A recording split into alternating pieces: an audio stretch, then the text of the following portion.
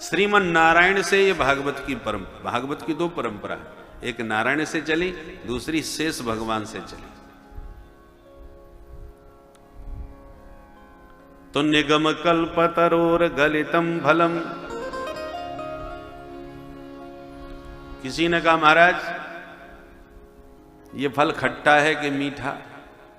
व्यास जी बोले बहुत मीठा है, अखिलम मधुरम।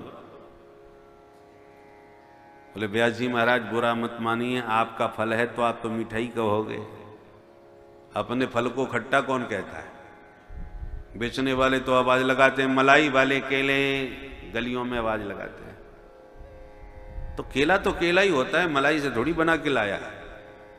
पर उपमा दे दे करके लोग उसको महिमा मंडित करके बेचते हैं, कुछ भी बोल सकते हैं। एक सज्जन आवाज लगा रहे थे खरबूजे शक्कर से मीठे, तो एक सज्जन प्रभावित हो गए सुन करके, चला खा ही लेते हैं। तो खरीदा और अमनिया करके खाया तो बिल्कुल फीका, उसमें कोई स्वाद ही नहीं। तो नाराज होके बोला क्यों भाई, हम सबको उल्लू बना रहा है, इसमें तो कोई स्वाद ही नहीं है। बेचने वाले ने कहा मैं चिल्ला तो रहा हूं, खरबूजे शक्कर से मीठे, शक्कर डाल के खाओ बाबा तब मीठे लगेंगे, फीके तो हैं ही। सुनने वाले ने सोचा कि शायद शक्कर जैसे मीठे। तो ये बेचने वाले की कला कौशल है कि अपने फीके फल को भी बेचना चाहता है, वो उसकी तारीफ तो करेगा ही। तो व्यास जी आपकी भागवत रूपी, आपका जो भागवत रूपी फल है, तो आप अपने मुंह से खट्टा थोड़ी बताओ, हमें सबूत दीजिए, प्रमाण दीजिए, फल मीठा है इसका क्या प्रमाण है? व्यास जी कहते हैं प्रमाण यह है कि जिस फल में तोता अपना मुंह लगा दे तो गारंटी से समझो वो मीठा ही होगा। कौआ और गीद मांसाहारी पक्षी हैं, ये क्या जाने फल का स्वाद? फल का स्वाद शुक जानता है तोता, फलों का बड़ा विशेषज्ञ होता है। उड़ करके उसी फल में अपना मुंह मारेगा जो मीठा मधुर होगा। तो भागवत रूपी में फल मेरा अत्यंत मधुर है, इसलिए तो तोता राम जी ने आकर के मुंह लगा दिया। कौन से तोता ने? शुक मुखादमृत द्रव संयुतम। व्यासनंदन भगवान परमहंस परिव्राजकाचार्य सुखदेव महाप्रभु का मुख लगा हुआ है, सुख मुख विगलित फल है। इसलिए कल्पना भी मत करना कि यह खट्टा होगा, बहुत मीठा है। कितना मीठा है? अमृत द्रव संयुतम, अमृत के समान मधुर फल है। भागवत रूपी फल में अमृत नाम परमात्मा का भी है। अमृतम परमानंदः स एव द्रवो रसः। श्रुतियों ने परमात्मा को रस रूप कहा है, रसो वै सः रसम हेवानम लब्धानंदी भवति। वो परमात्मा रस रूप हैं जिनका रसास्वादन करते ही जीव परमानंद परिपूर्ण हो जाता है। तो भागवत रूपी फल में श्री कृष्ण रस भरा हुआ है। भगवत रस से ओतप्रोत यह परिपूर्ण फल है।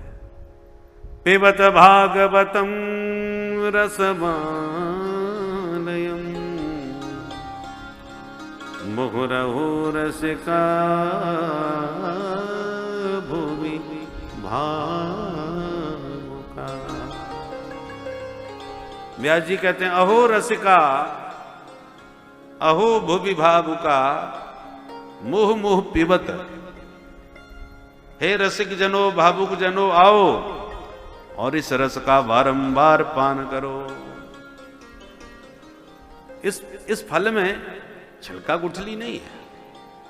किसी ने प्रश्न किया बाबा फल को खाया जाता है, चूसा जाता है, पिया थोड़ी जाता है, ऐसा कौन सा फल है जो पी लिया जाए? आपने अभी अभी इसको कहा गलितम फलम, अब आप क्रिया लगा रहे हो पेबत, फल को पियो, ये क्या मतलब हुआ? व्यास जी कहते हैं पिबत इसलिए कह रहा हूं कि इसमें ना छिलका है, ना गुठली है, ना बीजा है, प्योर रस ही रस भरा हुआ है। जिस फल में छिलका गुठली आदि होते हैं तो उसको निकाल के फेंकना पड़ता है। छिलका निकाल दो, बीजा निकाल दो, गुठली निकाल दो, तब जो बचे वो रस है। और व्यास जी कहते हैं तो लबालब रस ही रस है, छिलका गुठली का कोई काम नहीं है, इसलिए पेवत पियो। कैसे पिएंगे? कर्णपुट ही पिबंत्य, कान के जो दोनों ईश्वर ने तुम्हें बना के दिए हैं दो दो, इन दोनों में भर भर के पियो। कर्णपुट से, पुट माने दोना, इन दोनों में भर भर करके इस रस का निरंतर पान करो। कब तक पिए? बोले मुंह माने बारंबार, जितनी बार पी सकते हो उतनी बार पियो। जितना पीते जाओगे उतना ही स्वाद बढ़ता जाएगा।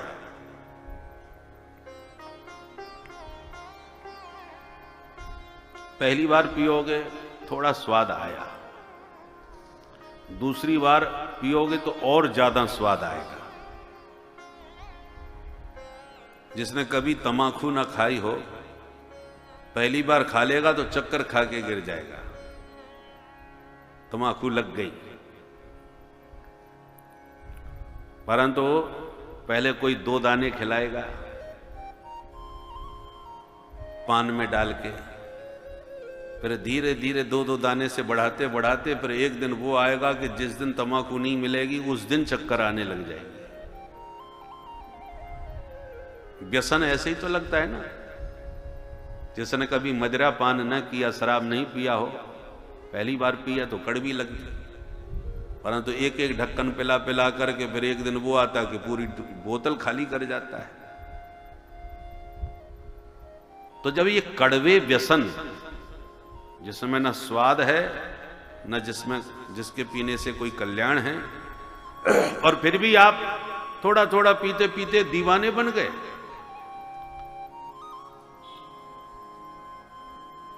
तो जो कड़वे व्यसन आपको इतना दास बना लेते हैं, आपको दीवाना कर देते हैं, बर्बाद कर देते हैं, तो ये तो मधुर व्यसन है, ये तो सद व्यसन है। दुर्व्यसन आपको बर्बाद करेंगे, ये सद व्यसन है। और जिनको सद व्यसन लग जाता है, धावंती रसलंपटा। व्यसन नहीं है तो कथा होती रहे, कोई मतलब नहीं है, क्योंकि हमारा व्यसन नहीं है वो। किसी को क्रिकेट का व्यसन लग जाए तो कितना भी महत्वपूर्ण काम है, आज मैच चल रहा है भाई, आज हम कोई काम नहीं करेंगे, सब काम छोड़ के बैठ जाएगा, उसको व्यसन लगा है। जिसको जो व्यसन लग जाए, अब क्रिकेट में कोई जीते हारे क्या लेने देना, परंतु जिसको व्यसन लग गया वो तो सब काम छोड़ के भी देखेगा किसने कितने बनाए। चुनाव का रिजल्ट आने वाला है, जो चुनाव में खड़ा नहीं उसे क्या लेना देना, को नृप होए हमें कहानी। परंतु रिजल्ट आने वाला है तो टीवी से जो निगाह नहीं हट रही सुबह से, अच्छा कौन जीता कौन हारा, किसको कितना मिला, अपना अपना व्यसन है। तो जिनको भगवत रस का व्यसन लग जाता है, उसको बुलाना नहीं पड़ता, उसे पता भर चल जाए कि कथा हो रही है तो धावंती, भागता है, क्योंकि रस लंपटा, वो रस का लंपट है। कमल खिलता है, रस पराग उसमें भरा होता है, मोहने को वो निमंत्रण देने नहीं जाता, क्या हुआ वो रस आज हमारे मकरंद रस का भंडारा है, वो बुलाता नहीं। भ्रमर उसकी गंध सूंघ करके अपने आप भागा खिंचा चला आता है। तो जैसे मकरंद पराग का रसिक भ्रमर बिन बुलाए भागा चला आता है मडराता हुआ, ऐसे ही जो भागवत के रसिक वृंद हैं, वे भी निमंत्रण की प्रतीक्षा नहीं करते। रसिक है वो तो तमाम, अरे हमको चिट्ठी ही नहीं आई, हम क्यों जाएं, एक बार भी उन्होंने हमको नहीं बुलाया, हम क्या करेंगे, वो बहाने ही खोजता रहता है। बोले वो मन तो हमारा भी था कि कथा सुने आवे, पर आज समय बच्चों के पेपर चल रहे हैं, हजारों लिस्ट बता देगा समस्याओं की, क्योंकि व्यसन नहीं है। और जो रसिक है उस रस का व्यसन है, वो हजार काम छोड़ करके आता है। तो हम आप कहो तो हम तो 50 बार सुने बैठे हैं महाराज, इतने सालों से सुन रहे हैं, अब कितनी बार और सुन लें। बोले पिबत भागवतम रसमालयम, रसम पिबत, बार बार पियो, मुह मुह पियो। कब तक? बोले आलयम आसमंतात लयम मोक्ष पर्यंतम, जब तक शरीर में हो, संसार में हो, तब तक पीते ही रहो, बंद न करो। आलयम मोक्ष पर्यंतम, आसमंतात लयम, जब तक उसमें पीते पीते पूरी तरह से लीन न हो जाओ, डूब न जाओ, तब तक छोड़ो मत। सच्छिद्र घड़ा है, घड़े में कई छिद्र हैं, उसमें पानी भरना चाहो कैसे भरोगे? भर लिया जमुना जल, और भर के जैसी बाहर निकाला कि छिद्रों से फिर जमुना जल सब बाहर हो गया, घड़ा सूखा का सूखा ही रह गया। तो अब क्या करें? बोले पानी भरो घड़े में और घड़े को पानी में ही पधरा दो, जमुना जल भर के जमुना जी में ही छोड़ दो। तो जब बाहर भी जल और भीतर भी जल, अब कहां से निकलेगा जल? तो इस रस को पियो, पी करके बाहर मत निकलो। आलयम, इस रस में ही डूबे रहो। हे रसिक जनो, रस पान करके जब रस में ही लीन रहोगे, आलयम, सदा इसमें लीन रहो, उसी रस में डूबे रहो, इस रस से बाहर मत निकलो। भागवत साधन नहीं, साध्य है। साधन तो वो होता है कि साधन किया और साध्य की प्राप्ति होती है, साधन छोड़ दिया। छोड़ना नहीं है, जब तक जीवन है, जब तक होश है, पीते रहो। असली पीने वाले वही होते हैं जो 24 घंटे पीते हैं। ये नहीं कि वो सोते समय थोड़ा सा पी लिया, वो अभी असली नहीं है। असली तो वो है कि उसे होश ही नहीं है, दिन में चाहे रात में, उसे तो 24 घंटे चाहिए। कहाँ पड़ा है उसे पता ही नहीं, दुनिया का होश ही नहीं, वो असली पिबक्कड़ होता है। ऐसे ही ये भी रस है, ये रस ऐसा है कि इस रस से बाहर मत निकलो, बस इसी में डूबे रहो। और जिनको ये रस लग जाता है, हमने ऐसे कई रसिक देखे, वो 24 घंटे इसी का चिंतन करते रहते हैं।